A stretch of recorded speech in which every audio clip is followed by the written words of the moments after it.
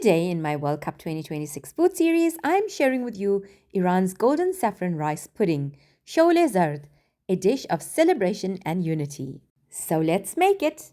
Wash and drain 1 cup of basmati rice. And the reason I'm using basmati rice is because it cooks faster and is a lot softer. To this, add in 8 cups of water, and now I know this sounds a lot, but just trust the process. 8 cups of water is just about right for this recipe. Allow the rice to boil in the water until it softens. In another bowl, take about half a teaspoon of saffron and add in 2 tablespoons of boiling water. Mix this and leave aside. Getting back to our rice, and notice how the water has almost disappeared and the rice has softened.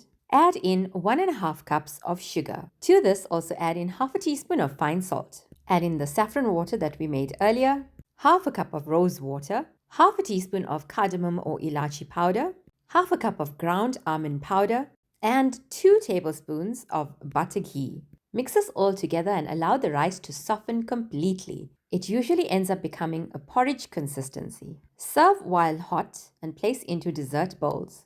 This can also be served as a cold dessert.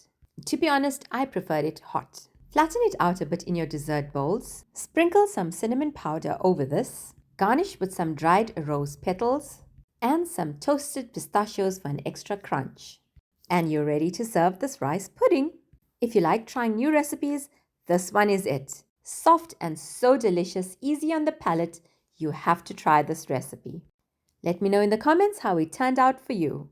And don't forget to like, comment, share and subscribe to my channel, hitting the notification bell so you don't miss out on any of my amazing recipes.